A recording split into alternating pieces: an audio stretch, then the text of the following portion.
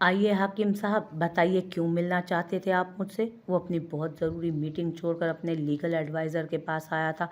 वो जब भी ऑफिस में आते थे तो पीछे कोई ना कोई बड़ी वजह ही होती थी और वो जानता था उनको ज़रूर कोई ना कोई अहम बात ही करना थी, वरना वो इस तरह कभी उसके ऑफिस में ना आते।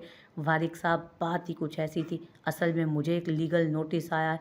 अब आपकी कंपनी मुल्तान में जो है माशाल्लाह बहुत अच्छा बिज़नेस कर रही है।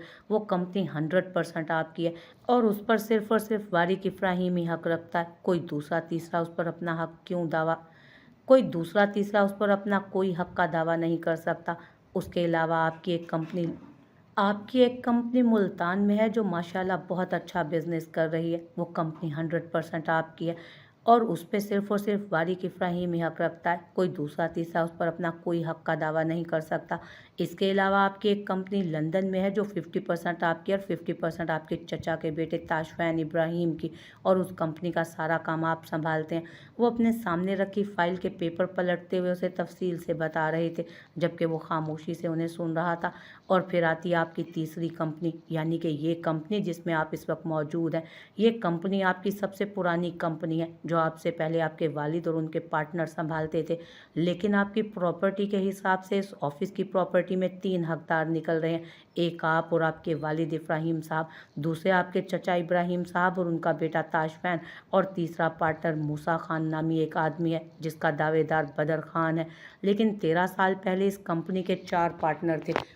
बदर खान नाम का भी एक इंसान था जिसे आपने 13 साल पहले उसके हिस्से की सारी प्रॉपर्टी दे दी थी। वो कुछ कागजात उनके सामने रखते हुए बता रहे थे।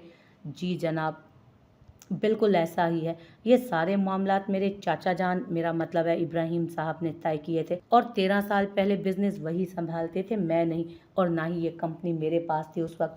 लेकिन अब इस कंपनी का सारा काम मैं ही संभालता हूँ, सब कुछ मैं ही करता हूँ। और ऐसे में मैं इस बात से वाकिफ़ हूँ कि यहाँ इस कंपनी में 50% का मालिक मैं हूँ, 30% का मालिक ताशफैन है और 20% के मालिक मूसा अंकल हैं, जो कि अब हयात नहीं है। तो ये प्रॉपर्टी बदर खान की नहीं बल्कि उनकी वर्षा यानी उनकी बेटी के। मतलब आप ये कहना चाहते हैं कि बदर खान उस कंपनी में किसी तरह का कोई शेयर, कोई हक नहीं रखता? वो उसकी तरफ देखते हुए बोले तो उसने हाँ में सिर्फ सर हिलाया था। तो फिर आप पर वो केस कैसे कर सकते हैं इस कंपनी के 20% शेयर्स को लेकर? देखिए, मुझे ये नोटिस मिला है उसके वकील की तरफ से। इसमें साफ साफ बदर खान दावा कर रहा है कि आपकी कंपनी में 20% का मालिक है वो फाइल उसके पास रखते बोले, जबकि वो कागजात को पढ़ने लगा था। और जैसे जैसे वो उन कागजात को पढ़ता जा रहा था उसके लबों की मुस्कुराहट गहरी होती जा रही थी। मैंने आपको बताया ना हाकिम साहब, मेरी कंपनी में 20% के मालिक बदर खान नहीं बल्कि मूसा खान है। मूसा खान उनके भाई थे। यकीनन वो अपने भाई की मिल्कियत पर पूरा हक रखते हैं, लेकिन उस कंडीशन में जिस कंडीशन में उनकी अपनी कोई औलाद ना हो। लेकिन माशाल्लाह से उनकी एक औलाद है, बल्कि उनकी बेटी मायरा मूसा खान इस वक्त मेरे निकाह में है। और शायद ये बात वो नहीं जानती कि मूसा अंकल ने ये कंपनी 20% उसको देने का दावा इस कंडीशन में किया था जब मायरा की शादी मुझसे हो जाए। और दूसरी बात ये कि अगर मायरा कभी मुझसे तलाक का दावा करती है तो ये प्रॉपर्टी उसे कभी नहीं मिलेगी। साफ अल्फाज में कहा जाए तो मूसा अंकल की शर्त ये थी कि वो इस कंपनी में दावा सिर्फ इसी कंडीशन में कर सकती है जिस कंडीशन में वो पहले मेरे निकाह में आती है, वरना उसे उनकी जायदाद से कुछ नहीं मिलेगा। मायरा इस वक्त मेरी बीवी है, मेरे घर पर मौजूद, और मुझे नहीं लगता कि वो बिज़नेस के बारे में कुछ भी समझती है। और यकीन जाने कि वो किसी भी तरह के बिज़नेस के चक्कर में पड़ना पसंद भी नहीं करेगी। तो आप ये लीगल नोटिस उन्हें वापस पहुंचा दें और उन्हें ये भी बता दें कि मायरा और मैं एक दूसरे के साथ बहुत खुश हैं और इस तरह का हम दोनों के बीच कोई मसला नहीं। वो बहुत सुकून से उन्हें बता रहा था, जबकि हाकिम साहब सारे कागजात एक बार फिर से फाइल में रखने लगे थे। शायद उनका मसला हल हो चुका था। वो उठकर खड़े हुए तो वारिक भी उठ खड़ा हुआ था उनके साथ। बस ठीक है वारिक साहब, मैं यहीं कन्फ्यूजन क्लियर करने आया था। बाकी सब कुछ ठीक है। आपकी इस कंपनी में 20% की मालकन आपकी बेगम साहिबा है। इसका मतलब है कि इस कंपनी में बदर खान किसी तरह का कोई दावेदार नहीं हो सकता, और अगर कर भी सकता है कोई दावा तो सिर्फ उस कंडीशन में कि अगर मूसा खान की कोई औलाद ना हो। जी बिल्कुल ऐसा ही है। वारिक ने हाथ मिलाते उन्हें जाने की इजाज़त दी। अभी 10 मिनट में उसकी एक और मीटिंग स्टार्ट होने वाली थी। फिलहाल उसे अपनी होने वाली मीटिंग की ज़्यादा फिक्र थी। वो हाकिम साहब को अलविदा करता अपने मीटिंग रूम में जाने लगा, लेकिन दिमाग कहीं ना कहीं उस नोटिस पर अटक गया था। बदर खान मूसा खान की कंपनी में किसी तरह का दावेदार नहीं था, तो क्या ये दावा मायरा ने किया था? अगर कुछ ऐसा था तो इसका मतलब साफ था कि बदर कहीं ना कहीं मायरा से ताल्लुक़ रखे हुए था। लेकिन जब से वो उसके निकाह में आई थी, पिछले 2 महीनों से वो दोनों एक-दूसरे से नहीं मिले थे और ना ही मायरा के पास फ़ोन था जिससे वो बदर से राब्ता कर सकती। सिर्फ़ वलीमे वाले दिन ही उसकी मुलाकात हुई थी और मुलाकात वो ऐसी तो हरगिज़ ना थी, जो चाचा और भतीजी की होनी चाहिए। कुछ तो गड़बड़ थी, कहीं पर तो मसला हो रहा था। वो समझ नहीं पा रहा था कि आखिर उसने कहाँ पर गलती की है। उसके हिसाब से बदर खान और मायरा खान एक-दूसरे से कोई ताल्लुक़ नहीं रखते थे। तो फिर बदर खान मायरा की मदद के बगैर इतना बड़ा दावा कैसे कर सकता था? कत्ल? आपका दिमाग तो खराब नहीं हो गया भाभी?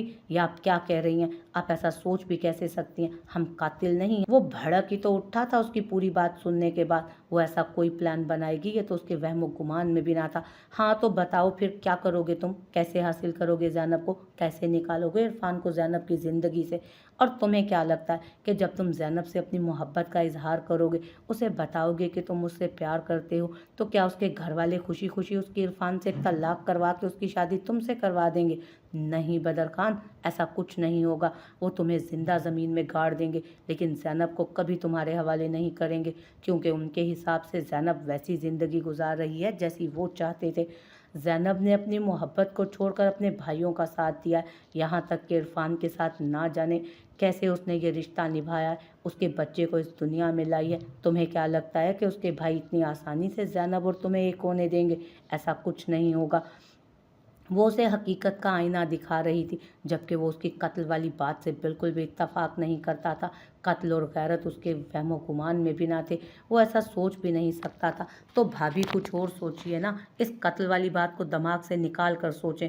और वैसे भी अगर हमने इस सारे किस्से में से किसी को निकालना ही है तो हम इब्राहिम को कत्ल करने की प्लानिंग क्यों कर रहे हैं?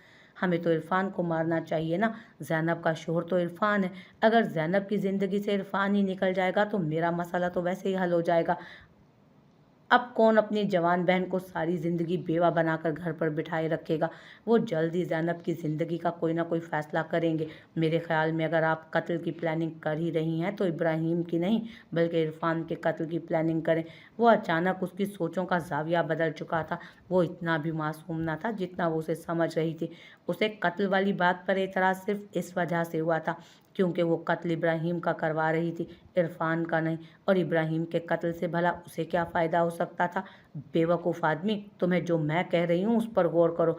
तुम्हें फ़ायदा इस तरह से होगा कि अगर इब्राहिम ही मर गया तो मैं यहाँ से वापस न्यूयॉर्क चली जाऊँगी, और अगर एक दफ़ा मैं न्यूयॉर्क चली गई तो फिर ज़ैनब और इरफान की तलाक तो मैं मिनटों में करवा लूँगी, क्योंकि इरफान मुझसे मोहब्बत करता है और कोई भी अपनी पहली मोहब्बत को भुलाकर आगे नहीं बढ़ सकता। मैं जानती हूँ कि इरफान की ज़िंदगी में मेरे अलावा कोई नहीं आ सकता, और वो उसे समझाने वाले अंदाज में कह रही थी, जबकि उसकी बात पर वो सिर्फ हाँ में सर हिलाकर रह गया। मतलब कि आप इन सब चीज़ों में अपना भी फ़ायदा करवाना चाहती हैं। अच्छी बात है, बहुत अच्छी बात है। अगर मुझे मेरी मोहब्बत मिलेगी तो आपको भी आपकी मोहब्बत ज़रूर मिलनी चाहिए। बताइए कौन है ट्रक ड्राइवर और ये किस तरह हमारी मदद करेगा? वो अब अपनी मतलब की बात पर आता उस ट्रक ड्राइवर का नंबर अपने हाथ में थामे उससे पूछने लगा।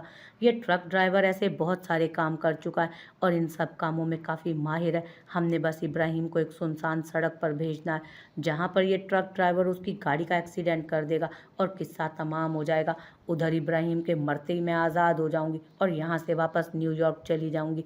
मेरे माँ बाप मुझे बेवा के रूप में देखकर वापस अपने पास बुलाकर अपना लेंगे और मैं फिर से इरफान को शादी के लिए तैयार कर लूँगी अपने साथ। और जैसे ही मेरी और उसकी शादी होगी वो ज़ैनब को तलाक देकर वापस यहाँ भेज देगा और फिर उसकी इद्दत पूरी होते ही तुम उसके लिए रिश्ता डाल दोगे। अब मूसा खान और इब्राहिम मुस्तफ़ा दोनों एक दूसरे से इतनी अच्छी तो दोस्ती रखते ही हैं कि मेरा नहीं ख्याल कि वो अपने दोस्त को हर बार इनकार कर देंगे। फिर तुम ज़ैनब को अपनी ज़िंदगी में शामिल कर लेना, अपनी और उसकी ज़िंदगी को खुशियों से भर देना। कैसी लगी मेरी प्लानिंग? वो उसे देखकर मुस्कुराते हुए बोली, जबकि बदर खान सचमुच उसका फ़ैन हो गया था।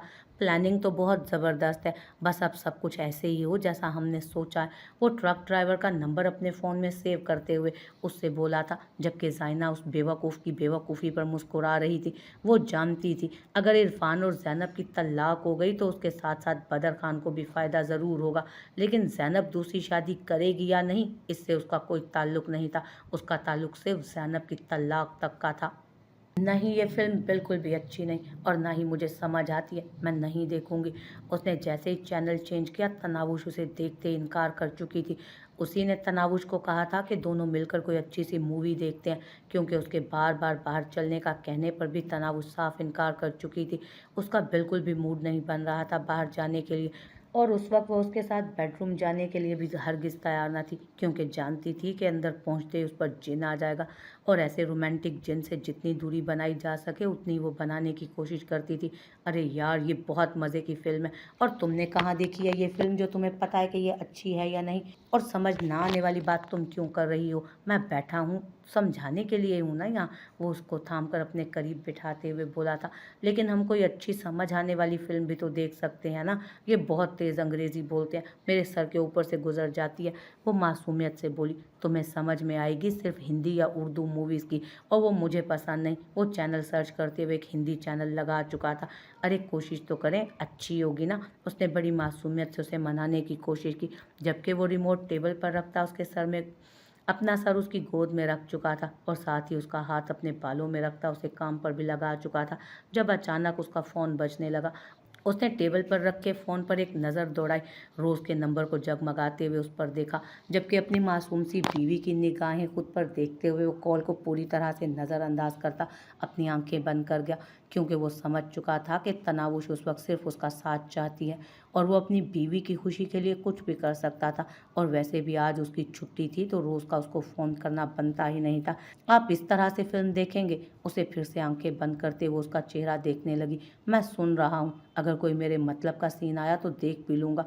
वो आँख दबाता शरारत से कहता फिर से आंखें बंद कर गया। हाँ, तो फिर इससे तो बेहतर है कि मैं इस फ़िल्म की बजाय अपने कार्टून ही देख लूँ। वो मुँह बनाते बोली। उसमें मेरे मतलब के सीन होंगे क्या? वो दोनों आँखें खोलता काफ़ी एक्साइटेड होकर पूछने लगा। जी नहीं, कार्टून बहुत साफ-सुथरे होते हैं, उनमें कोई गंदे सीन नहीं आते। बस फिर मेरे मतलब के नहीं हैं, मुझे तो गंदे सीन ही अच्छे लगते हैं। तुम ये फ़िल्म ही देखो, कम से कम चांसेस तो बने रहेंगे ना मेरे रोमांस के। वो आँख दबाकर दोबारा से उसकी गोद में सर रखता, उसके हाथ पर दबाव डाल चुका था, जबकि वो आहिस्ता-आहिस्ता उसके बालों में उँगलियाँ चलाने लगी थी। अस्सलामुअलैकुम अम्मा, मायरा कहाँ है? अपने रूम में। वो घर आते ही अम्मा को सलाम करता अपने कमरे की तरफ जाने लगा। वालेकुम अस्सलाम मेरा बच्चा, जीता रहे। अरे कहाँ जा रहा है वारिक? वो बच्ची बेचारी तो तेरे लिए बिरयानी बनाने में लगी हुई है सुबह से किचन में। वो सदफ है ना, उसने कह दिया कि आज वो तेरे लिए बिरयानी बनाएगी, तो बस उसने कहा कि उसके शोहर के लिए बिरयानी कोई और औरत क्यों बनाए। बाकी कुछ मामलों में कोड़ी है, लेकिन इस मामले में पूरी है मेरी बच्ची। अम्मा ने बड़ी खुशी से उसे बताया था, क्योंकि इस मामले में वो हरगिज़ नहीं चाहती थी कि मायरा किसी को भी कोई गुंजाइश दे। अम्मा, आपकी बहू बाकी सारे मामलों में भी पूरी है, बस आपके सामने कोड़ी बनती है। मैं बात करके आता हूँ उससे। आकर कपड़े निकाले मेरे, मुझे चेंज करना है, काफ़ी थकावट हो रही है। आज लगता है मौसम असर कर गया, तबीयत भी कुछ ठीक नहीं लग रही। वो उनसे कहता किचन की तरफ जाने लगा। हाँ, मौसम बदल रहा है, तुझ पर तो मौसम असर भी जल्दी करता है। चेंज करके वो सर दर्द की गोली खाकर आराम कर और कभी कोई तोहफ़ा वगैरह ही ले आया कर बीवी के लिए। नई-नई बीवी है तेरी, आगे 1 डेढ़ साल में बच्चे हो जाएँगे, फिर उनमें मसरूफ़ हो जाओगे। यही तो वक़्त होता है ऐसे छोटे-मोटे चोंचले करने का। और तू तो बंदा ही ऐसा, कभी जो बीवी का दिल रखने के लिए उसके लिए गुलाब का फूल ही ले लेता कभी, या कभी रास्ते से आइसक्रीम या कोई गोलगप्पे ही ले आ, कभी चूड़ियाँ, कोई गजरे पहना दे। लेकिन नहीं, बस शादी की जल्दी थी, शादी कर ली और अब बीवी की कोई फ़िक्र नहीं। बेचारी सारा दिन ये सोचते हुए काट देती है कि आज ऐसा क्या करे जो उसके शौहर को अच्छा लगे। मासूम सी तो बहू है मेरी, लेकिन काम सारे उसके देसियों वाले हैं। मेरे एक बार कहने पर सर पर ऐसा दुपट्टा जमाया उसने कि अब तक नहीं उतरा। ऐसी बीवी मिले ना तो उसकी कदर करनी चाहिए बेटा जी। अम्मा को तो आज मौका ही मिल गया था। अच्छा ना अम्मा, ले आया करूँगा। आपको तो पता है इस वक्त कितना ट्रैफिक होता है रास्ते में। उसने बहाना लगाना चाहा। हाँ हाँ, सब पता है मुझे। जहाँ पर ट्रैफिक होता है ना बेटा, वहीं पर गजरे और फूल वाले लड़के भी घूम रहे होते हैं। अगर कुछ लाने की चाह हो ना तो बंदा कोकाफ से भी चीज़ें ले आता है। अम्मा ने उसे भेजते हुए ठीक से उसकी इज्जत अफजाई की थी, जबकि वो नफ़ी में सर हिलाता किचन की तरफ आया। अहमद और छोटू दोनों उसे पंखा झुलाने की कोशिश कर रहे थे, गर्मी से बचा रहे थे वो। अहमद और छोटू दोनों उसे पंखा झुलाने की कोशिश करते गर्मी से बचा रहे थे, जबकि वो यूट्यूब पर कुछ देखती मुसलसल काम में लगी थी। ये क्या हो रहा है यहाँ? उसे अपनी मुकम्मल बीवी के रूप में देखकर वारिक मुस्कुराते हुए उसके करीब आया। भाभी खाना बना रही हैं, लेकिन उनको बहुत ज़्यादा गर्मी लग रही है, इसलिए हम उनको पंखा झुला रहे हैं। वो दोनों हाथ में कापियाँ पकड़े मुसलसल हिलाने में मसरूफ थे, जबकि भाभी के उन तेवरों को देखकर वारिक ने एक नज़र झाँक कर चूल्हे पर रखी हांडी के अंदर देखा। क्या बात है, आज तो बड़ी मेहनत हो रही है, खुशबू भी अच्छी आ रही है, बस जायका अच्छा हो तो मज़ा ही आ जाए। ज़रा आना, मुझे कपड़े निकाल कर दो मेरे। वो पीछे हटते हुए बोला, भाई आप क्या छोटे काके हो, अपने कपड़े नहीं निकाल सकते? मैं खुद अपने कपड़े निकाल लेता हूँ, छोटू ने उसकी तरफ देखते हुए कहा था। अपनी भाभी पर ऐसा हुक्म शायद उसे पसंद नहीं आया था। छोटू, वो क्या है ना, कुछ बच्चे लायक होते हैं और कुछ नालायक होते हैं। अब आप इतने लायक हो कि अपना सारा काम खुद कर लेते हो, लेकिन यहाँ पर कोई आपके जैसा थोड़ी है हर कोई, उसने छोटू को समझाते हुए कहा, जबकि वो उससे अच्छी ना सही लेकिन इतनी बुरी बात की तवक्को भी नहीं रखता था। हाँ भाभी, वो तो ठीक है, लेकिन फिर भी कपड़े निकालने का काम तो अम्मा का होता है ना, आप क्यों निकालोगी? छोटू अब भी अपने लॉजिक ही झाड़ रहा था, क्योंकि ये शादी और गैर शादीशुदा वाला मामला है। शादीशुदा आदमी के कपड़े उसकी बीवी निकालती है, जबकि गैर शादीशुदा होते हैं ना जो, उनके कपड़े उनकी अम्मा निकालती हैं। चल अब दिमाग मत खा। वो उसे साइड करता, उसे आने का इशारा करता खुद वहाँ से जा चुका था, क्योंकि वहाँ वो अब अपना मज़ीद दिमाग ख़राब नहीं कर सकता था।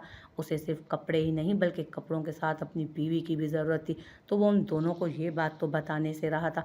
जबकि उन दोनों की बातों के खूब मज़े लेती मायरा उसके पीछे आई। और सुनाइए वारिक साहब, आइंदा मेरे देवरों के सामने मुझ पर हुक्म झाड़ेंगे? वैसे आपकी मालूमात के लिए अर्ज़ है कि अभी तक उनके सवाल ख़त्म नहीं हुए थे, बस आपको भागने की जल्दी थी। मेरे देवरों का मुकाबला नहीं कर सकते आप। वो कमरे में आते अलमारी से उसके कपड़े निकालते बोली थी। पिछले कुछ दिनों से उसने खुद ही अपने कपड़े निकालने शुरू कर दिए थे उसके। वारिक ने मना नहीं किया था, क्योंकि उसे अपनी बीवी के ये छोटे छोटे काम करना अच्छा लग रहा था, लेकिन उसे अंदाज़ा भी नहीं था कि आहिस्ता आहिस्ता इन सब चीज़ों की आदत होती जा रही थी उसे। तुम्हारे दोनों देवरों को किसी दिन फ्राई पैन में फ्राई करके खा जाऊंगा मैं। आए बड़े सवाल जवाब करने वाले, अम्मा से क्लास लगवाता हूँ उनकी। वो उसके हाथ से कपड़े लेते अब शर्ट उतार चुका था। ये चेंजिंग रूम इसीलिए बनाया गया है ताकि इसका इस्तेमाल किया जाए। उसे बेड पर शर्ट फेंकते देख मायरा ने बताना ज़रूरी समझा, क्यों शर्म आ रही है तुम्हें मुझे इस तरह देखते हुए? वो शर्ट के साथ अब अपनी बनियान उतार कर भी फेंक चुका था, उससे सवाल कर रहा था, जबकि मायरा की अब हालत ख़राब होने लगी। उसका कमरा था, वो बेड पर कपड़े उतारे या अंदर जाकर, उसे ज़रूरत ही क्या थी बीच में बोलने की? अब यकीनन उसका मूड बदलने वाला था। वो खुद को मलामत करती नफ़ी में सर हिला गई। बस मुझे क्यों शर्म आएगी? आपका कमरा है, आप चेंजिंग रूम में जाकर चेंज करें, यहाँ या फिर यहाँ बेडरूम में चेंज करें, बल्कि नीचे जाकर चेंज करें तो भी मुझे कोई मसला नहीं, क्योंकि इस कमरे के साथ ये घर भी तो आप ही का है और ये बीवी भी मेरी है। वो उसकी बात काटते हुए बोला था, मेरी बिरयानी जल जाएगी नीचे।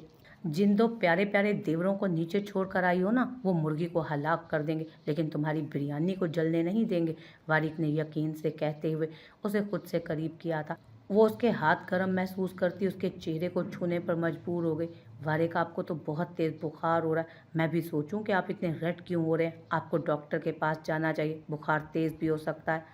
वो फिक्रमंद सी उससे कहने लगी, जबकि वो उसके इस अंदाज पर मुस्कुराया। मेरा इलाज तुम्हारे पास है, किसी डॉक्टर के पास नहीं। मौसम चेंज हो रहा है ना, मुझ पर मौसम बहुत जल्दी असर करते हैं, लेकिन मुझे यकीन है कि तुम्हारे मिजाज का मौसम मुझ पर ज़्यादा असर दिखाएगा। लेकिन मुझे यकीन है कि तुम्हारे मिजाज का मौसम मुझ पर ज़्यादा असर दिखाएगा। नहीं वारिक, आपकी तबीयत ज़्यादा ख़राब हो रही है, आपको डॉक्टर के पास जाना चाहिए। कहा ना, तुम पास रहो, तबीयत खुद ब खुद ठीक हो जाएगी। अब तंग मत करो।